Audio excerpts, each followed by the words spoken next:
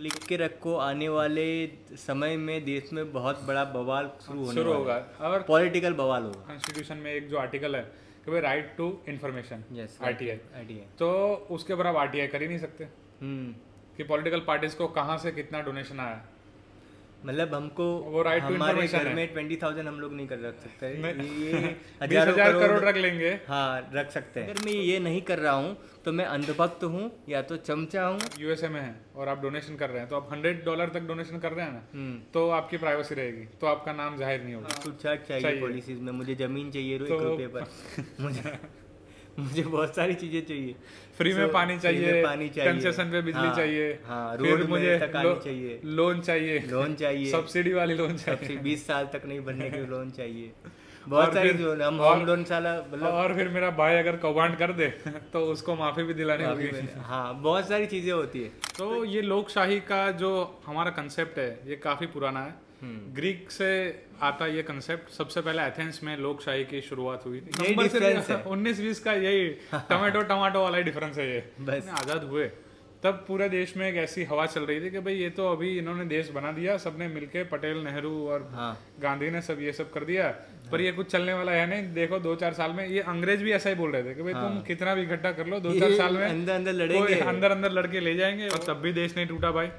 अभी जो 5-10 साल पहले वो टुकड़े आ रहे थे, टुकड़े गैंग चली गई, तब भी नहीं हुआ, आज भी नहीं होगा, पीछे भी नहीं होगा। 2000 साल पहले जो बुद्ध आके गए, तो बुद्ध आज भी लोगों में जीवित है, होनी चाहिए। हमारे वहाँ वैशाली और ये पुरातन गणराज्य था जो हमारा थे, लोकतांत्रिक राज्य खून में, हमारे लोकतंत्र, तो लोकतंत्र हमारे खून में, हमको डेमोक्रेसी को जिंदा रखना है। मैं अगर कोई विचारधारा में पॉलिटिकल पार्टी में ₹100 डोनेट कर रहा हूँ तो मैं उसका 10% जाके ₹10 में ऑपोजिशन में भी जाके दूं, क्योंकि विदाउट ऑपोजिशन डेमोक्रेसी नहीं टिक सकती।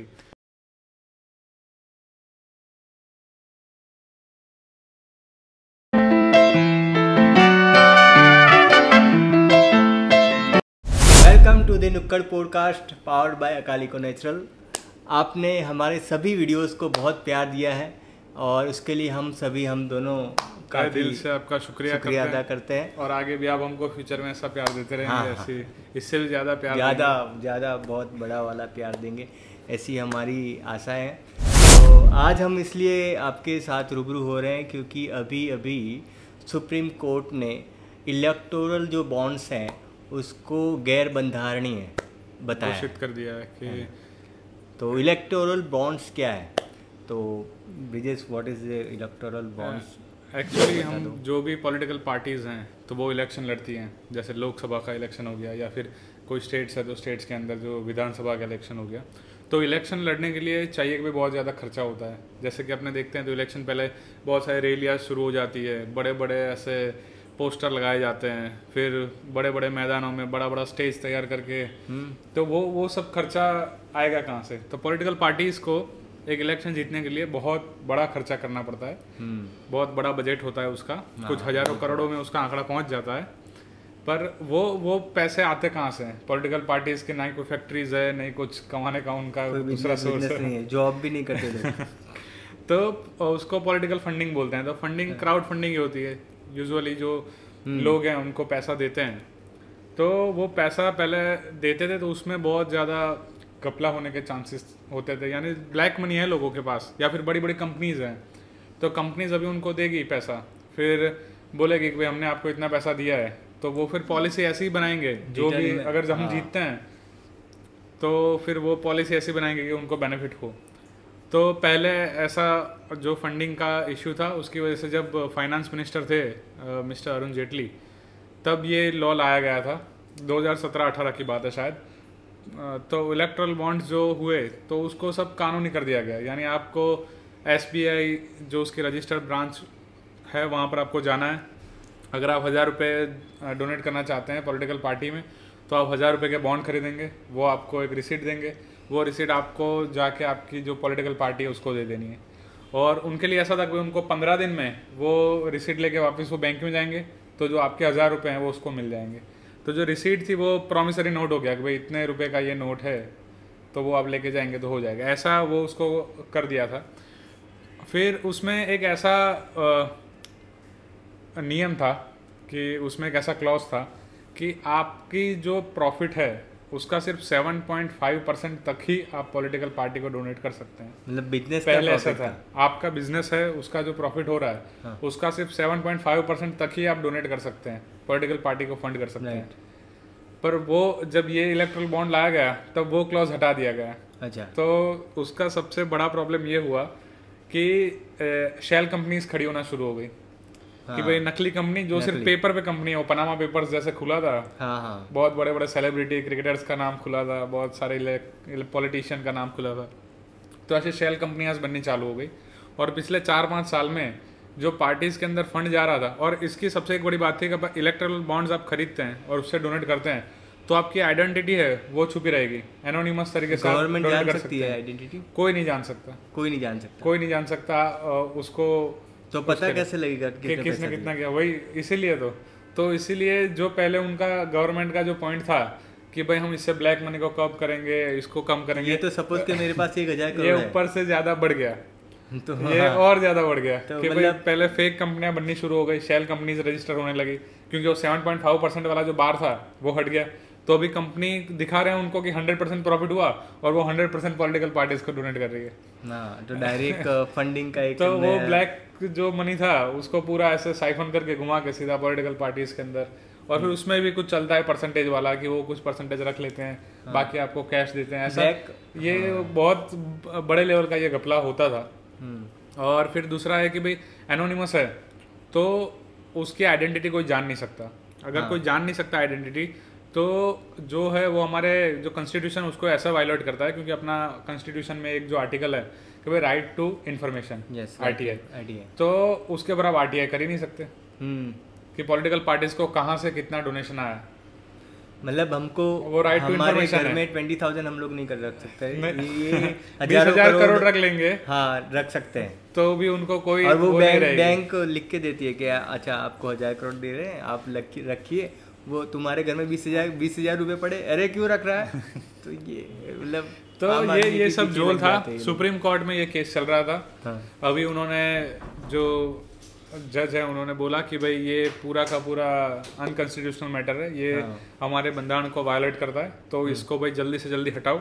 और अभी उन्होंने तो इतना इमीडिएट बोल दिया है कि भाई 13 मार्च तक जो इलेक्शन कमीशन है उसको ये सब पूरा डेटा इकट्ठा करना है और अपनी वेबसाइट पे और पब्लिक करना है कि भाई कहाँ से जिसने पैसे कहाँ कितने दिए वो भी डेटा रिवील होगा, वो रिवील होगा, उनको करना पड़ेगा।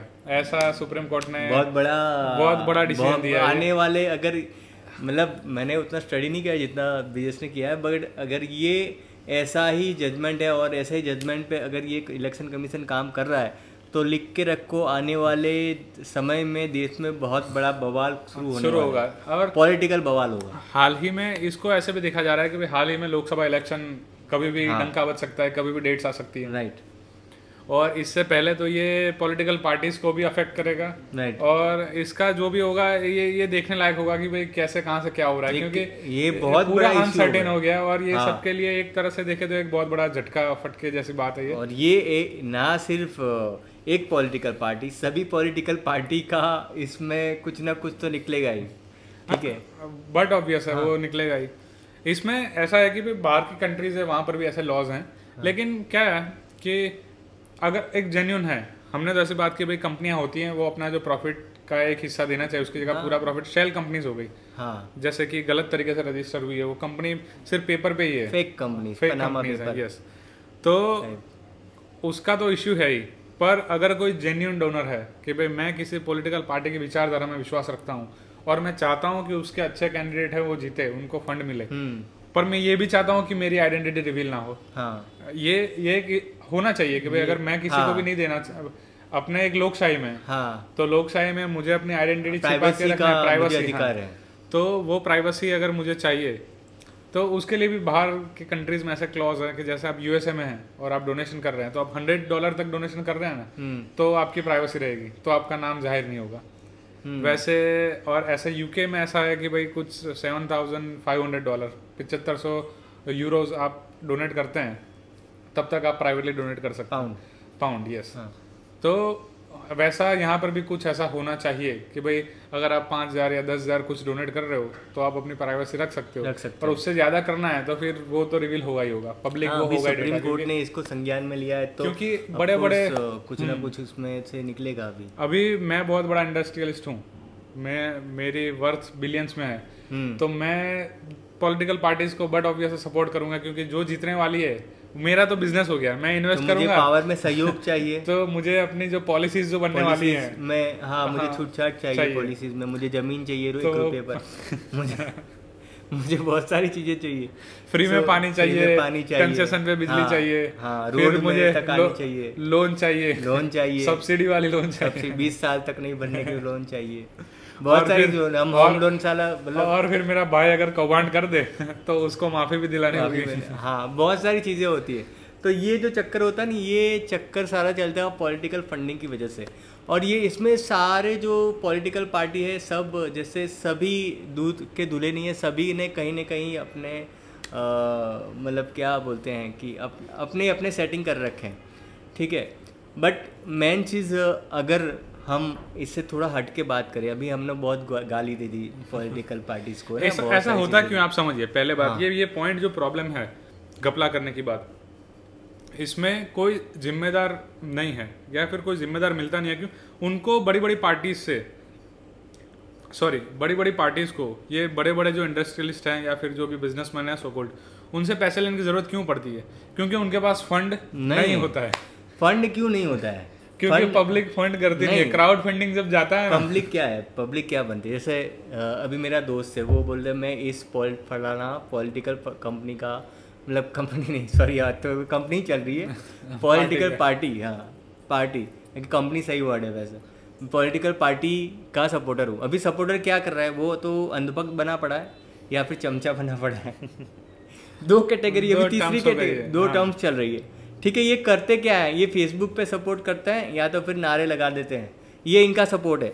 सपोर्ट ऐसे नहीं होता है। सपोर्ट कैसे होता है? अगर आपका कोई फ्रेंड प्रॉब्लम में है तो आप सपोर्ट कैसे करते हो? उसके घर पे जाके नारे थोड़ी लगाते हो कि मैं तेरे सपोर्ट में हूँ। ये कोई सपोर्ट नहीं में नहीं है ये लोग सिर्फ ये एक माया जाल में है, आप प्रवाह के साथ चल रहे हैं कि भाई अपना भी नाम इसमें आ जाएगा लिस्ट में, अपने भी चल रहा है। जो सपोर्ट में है उसने अपनी पार्टी को पॉलिटिकल फंडिंग किया हुआ है, ठीक है। अगर आपको लगता है कि मैं एक पर्टिकुलर पॉलिटिकल पार्टी, जैसे मैं अगर बीजेपी का सपोर्टर हूँ तो मैं बीजेपी को डोनेशन करूँगा डेफिनेटली, ठीक है। आम आदमी पार्टी का तो आम आदमी को करूँगा, कांग्रेस का हूँ तो कांग्रेस को करूँगा। अगर मैं ये नहीं कर रहा हूँ तो मैं अंधभक्त हूँ या तो चमचा हूँ या तो फिर इस तरह का, हाँ जो भी कैटेगरी सेट कर लेती हो वो मुझ पे सेट कर लो। जो लोग को लगता है कि ये जो पॉलिटिकल पार्टीज हैं ये फ्री में पेट्रोल देती हैं, ये बहुत सारा चिकन मुर्गा भी देती है ना, दारू भी देती है, बहुत सारी चीज़ें देती हैं ये लोग, और उसके बाद तो अंदर जो अंडर टेबल तो बहुत सारी चीज़ें होती हैं। तो ये करने के लिए उनके पास पैसा कहाँ से आता है? करोड़ों, 2-2, 3-3 हज़ार करोड़ एक पॉलिटिकल पार्टी लगाती है लोकसभा इलेक्शन के लिए। ये तो बहुत कम आंकड़ा है। हाँ, ये तो ऐसा आंकड़ा जो पब्लिक किया जाता है। हाँ, पब्लिक किया जाता है, और अंडर कंस्ट्रक्शन तो बहुत सारी चीज़ें होती है। तो ये अगर हम अपनी पॉलिटिकल पार्टी को फंडिंग नहीं कर रहे हैं तो क्या होता है? अभी हमने गाली बहुत दे दी, चलो पॉलिटिकल फंड पार्टीज को अभी गाली, अभी हम ये सच है। हाँ। क्यों?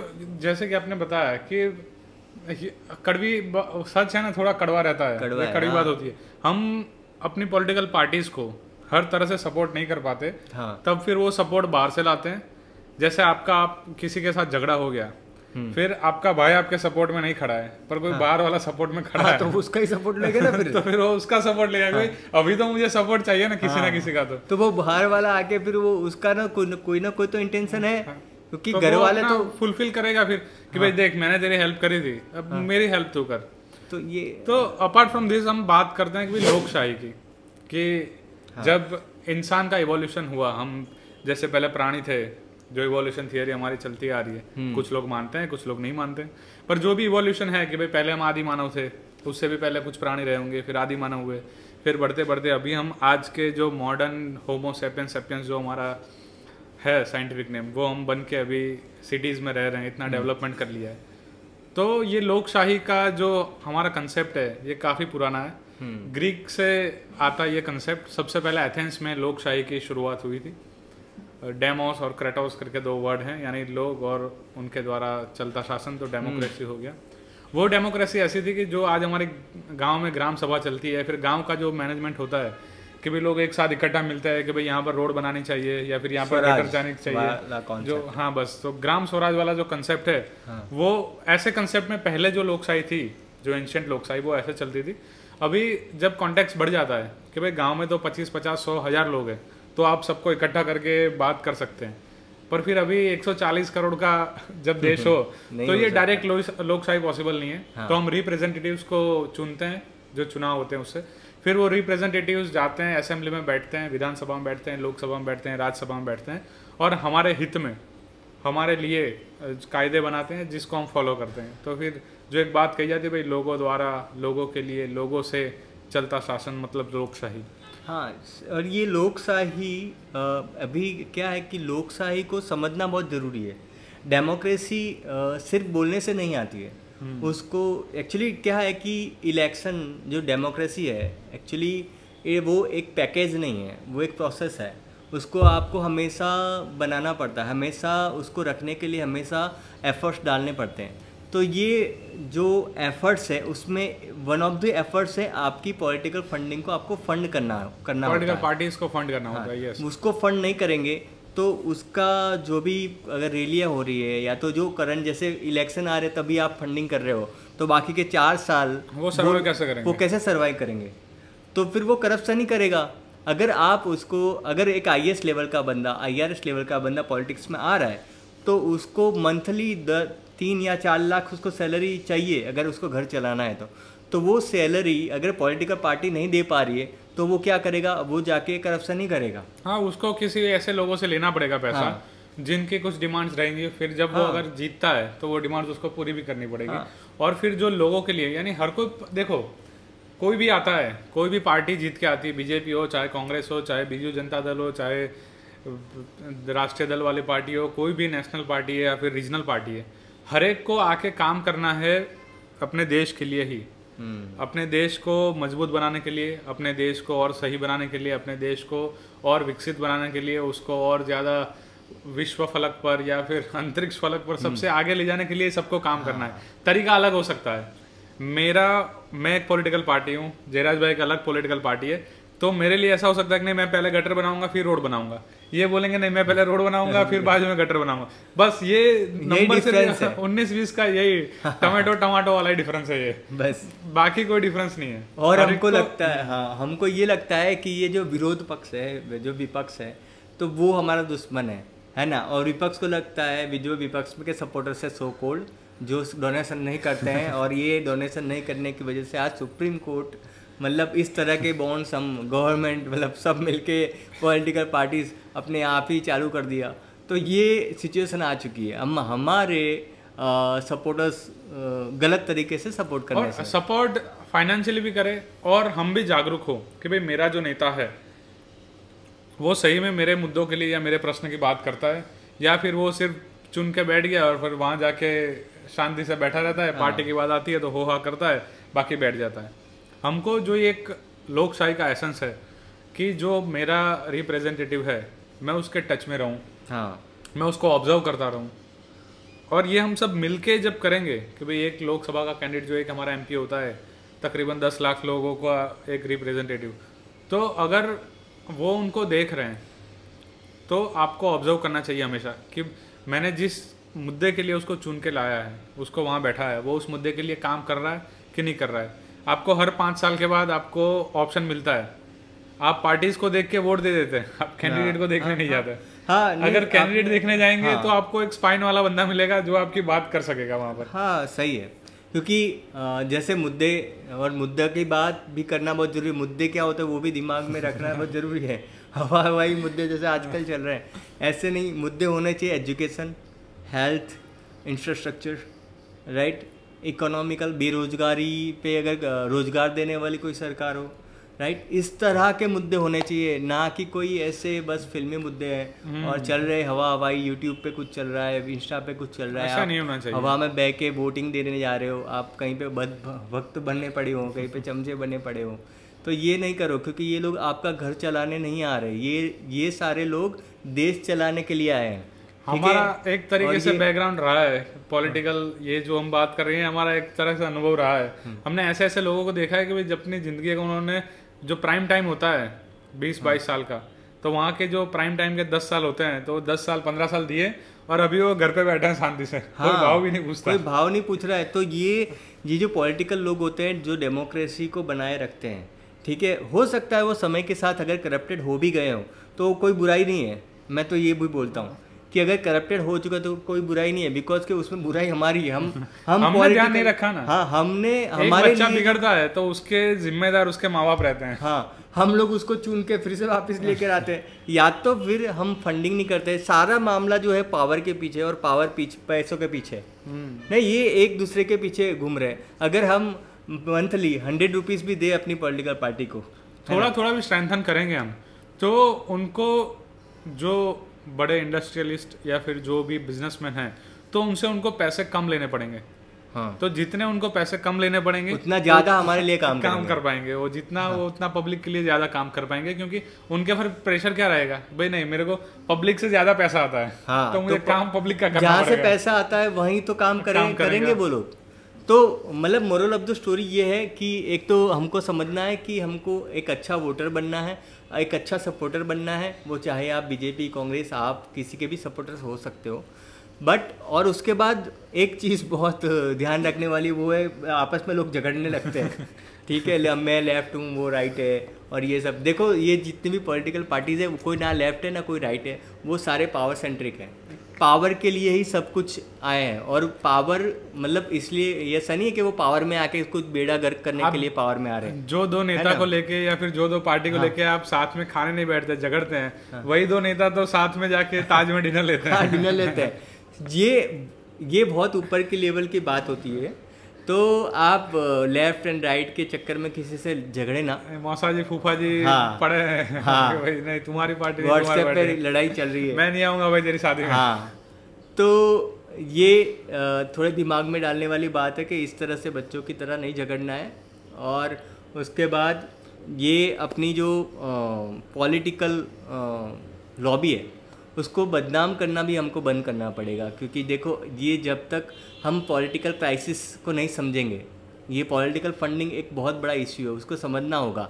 अगर हम नहीं समझेंगे तो हमारे आसपास के जितने भी कंट्रीज़ है उसको हमें देखना पड़ेगा। जैसे आप पाकिस्तान देख लो, म्यांमार देख लो, श्रीलंका देख लो, ठीक है, वहाँ पे डेमोक्रेसी की आज हालत क्या है। उसकी हालत एक ख़राब इसलिए है क्योंकि वहाँ पे पॉलिटिकल स्टेबिलिटी नहीं है। पॉलिटिकल स्टेबिलिटी क्यों नहीं है? क्योंकि वहाँ के लोग पॉलिटिकल अवेयर नहीं है। पॉलिटिकल अवेयर नहीं होने की वजह से क्या होता है, डेमोक्रेसी कमज़ोर होती है, और कमज़ोर डेमोक्रेसी को कोई भी आकर मतलब छिन्न भिन्न कर सकता है, कोई भी आके अपना फ़ायदा ले जाएगा, कोई भी आके खा जाएगा पूरे देश को। हाँ, तो ये डेमोक्रेसी को बनाए रखने के लिए ये जितने भी लोग स्ट्रगल कर रहे हैं, जितने भी बड़े बड़े लीडर्स आप देख लो, जैसे नरेंद्र मोदी देख लो, अरविंद केजरीवाल, राहुल गांधी, प्रियंका गांधी, मायावती, ये पश्चिम बंगाल में ममता बनर्जी, ठीक है, लालू यादव, नीतीश कुमार, जेडीयू वाले नवीन पटनायक, ठीक है, ये इतने सारे लोग हैं, ये इतने सारे लोग करियर बनाया है पॉलिटिक्स में इन लोगों ने। तो बहुत स्ट्रगल से ये करियर बनता है, ऐसा नहीं होता है कि आप सोसाइटी के सेक्रेटरी बन के देखिए एक बार, कितना प्रेशर होता है खाली सोसाइटी के लिए। इतनी रिक्वेस्ट, इतना काम आएगा कि परेशान हो जाएगा। अरे कहाँ से सेक्रेटरी बन गया। तो ये लोग हैं जो हमारे देश को पकड़े हुए हैं। हमारे पास इतनी भाषाएं हैं, इतने रिलीजन है, इतने फूड वेराइटीज हैं, वेजिटेरियन नॉन वेजिटेरियन लड़ रहे हैं यहाँ पे, सब साथ में एग्जिस्ट करते हैं इतने सालों से। एक बात मैं बताना चाहता हूँ कि भाई जब अपने आज़ाद हुए तब पूरे देश में एक ऐसी हवा चल रही थी कि भाई ये तो अभी इन्होंने देश बना दिया, सबने मिलके, पटेल, नेहरू और गांधी ने सब ये सब कर दिया, पर ये कुछ चलने वाला है नहीं। देखो 2-4 साल में ये अंग्रेज भी ऐसा ही बोल रहे थे कि भाई तुम कितना भी इकट्ठा कर लो, 2-4 साल में अंदर लड़ेंगे, अंदर लड़के ले जाएंगे। वो बोलेंगे भाई हमको अलग भाषा के नाम पे अलग दे दो, कोई बोल रहा है कि हमको रीजन के नाम पे अलग दे दो, कोई बोल रहा है हमको धर्म के नाम पे अलग स्टेट दे दो, अलग देश दे दो। पर उनको पकड़ के रखा, बांधे रखा।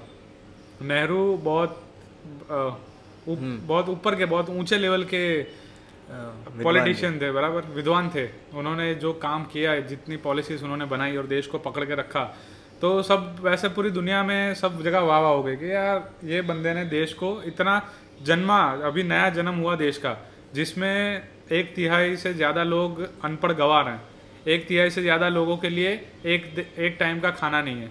इतना गरीब देश है, 33 करोड़, बहुत ज़्यादा पॉपुलेशन तब भी होती थी, 140 आज भी ज़्यादा ही है, लेकिन तब 33 थी और तब खाने का वांधा था।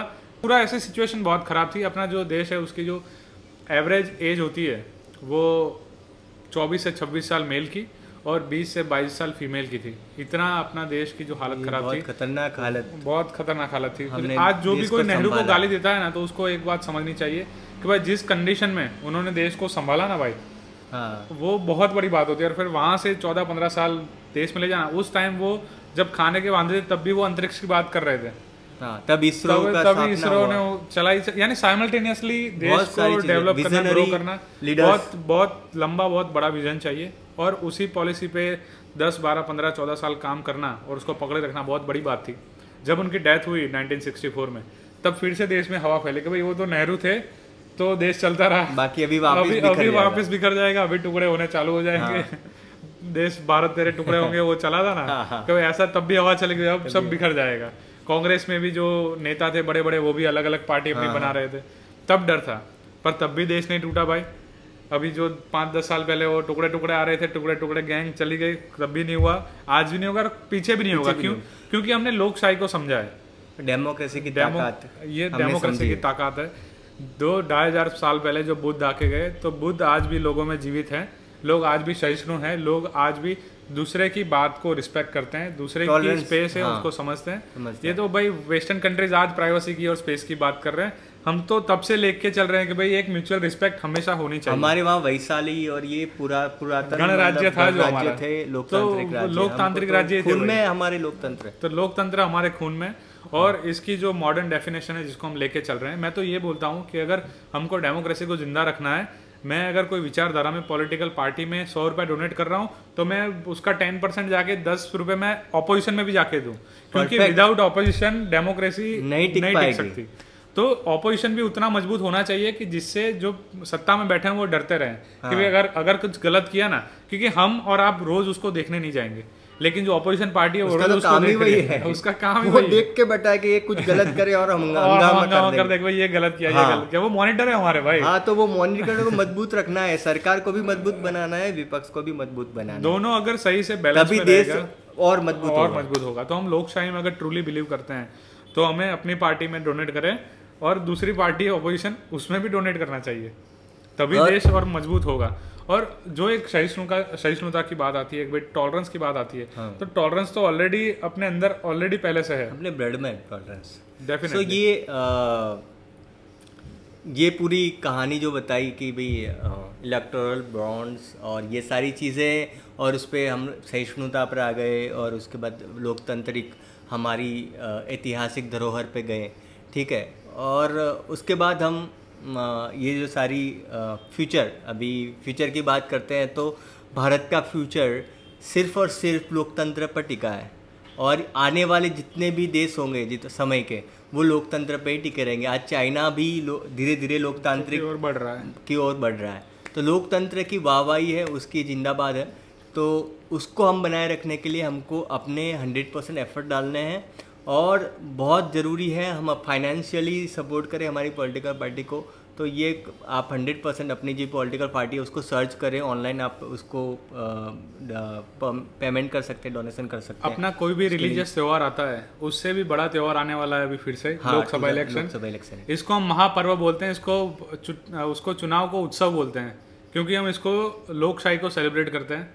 तो इसमें पार्टिसिपेट करिए, जोर शोर से अच्छे चीज़ों के लिए, अच्छे कामों के लिए नारे लगाएं, अच्छे लोगों को चुन के लाइए, एजुकेशन पे बात करिए, हेल्थ पे बात करिए, जो भी मुद्दा है, रोड की बात करें, इंफ्रास्ट्रक्चर की बात करिए, डेवलपमेंट की बात करिए, हर एक जगह आप स्पेस की बात करिए, आप मार्स पे जाने की बात करिए, पर आप डेवलपमेंट, आप साइंटिफिक बात करिए, साइंटिफिक बात करें, ऐसे मुद्दों को लेकर आइए जिससे आपका और आपके बच्चों का फ्यूचर बने। उसका बने और वो और सिक्योरिटी में ये जिस तरह से अगर ये हम कर रहे हैं तो देखो आज का हम अभी 2 दिन पहले ही कतर ने वो हमारे 8 सैनिक छोड़ रहा है, ठीक है, 7 जो हमारे 8 नेवी हाँ, ऑफिसर थे, उनको फांसी की सजा ऐसा कुछ था, ठीक है। अभी वो मोदी जी लेकर आए, ठीक है, वो हमारी मतलब विदेश नीति की जीत हुई। क्यों जीत हुई? बिकॉज कि हमारे वहाँ लोकतंत्र बहुत मजबूत है। सारे लोग एक हो गए, ठीक है, विपक्ष भी एक हो गया, पक्ष भी एक हो गया, और सारे एक मुद्दे पे विपक्ष का प्रेशर भी आ गया उन पे कि आप क्यों नहीं कर रहे हो बड़ी बड़ी बातें, डिंगे हाथ रहे हो, ये हो गया वो हो गया। सरकार को करना पड़ा, सरकार बोले कि हम तो यही करने तो आए हैं, तो प्रेशर बनता है, और प्रेशर से क्या होता है कि उसमें से एक रिजल्ट आता है। जब अच्छे काम के लिए प्रेशर बनता है तो रिजल्ट अच्छा ही आता है। हाँ, तो ये लोकतंत्र की वाहवाही है, यही तो मैं आगे भी बोल चुका हूँ, जिंदाबाद है, यही लोकतंत्र है, लोकशाही जिंदाबाद। और हाँ। ऐसा है कि अभी इलेक्शन आने वाला है तो उसके ऊपर हम और वीडियोस बनाएंगे। हाँ। अभी हम फील्ड में जाके भी लोगों से भी बात करेंगे। हाँ, हम पॉलिटिकल लीडर्स से भी बात करेंगे तो बड़ा मज़ा आएगा। तो फिर ऐसी रोचक बातों के लिए और देश के डेवलपमेंट के लिए हमारे साथ जुड़े रहें, बातें करते रहें, देखते रहें हमें और सीखते रहें। हाँ, thank you so much for watching. जय हिंद, जय लोकतंत्र। जय लोकतंत्र।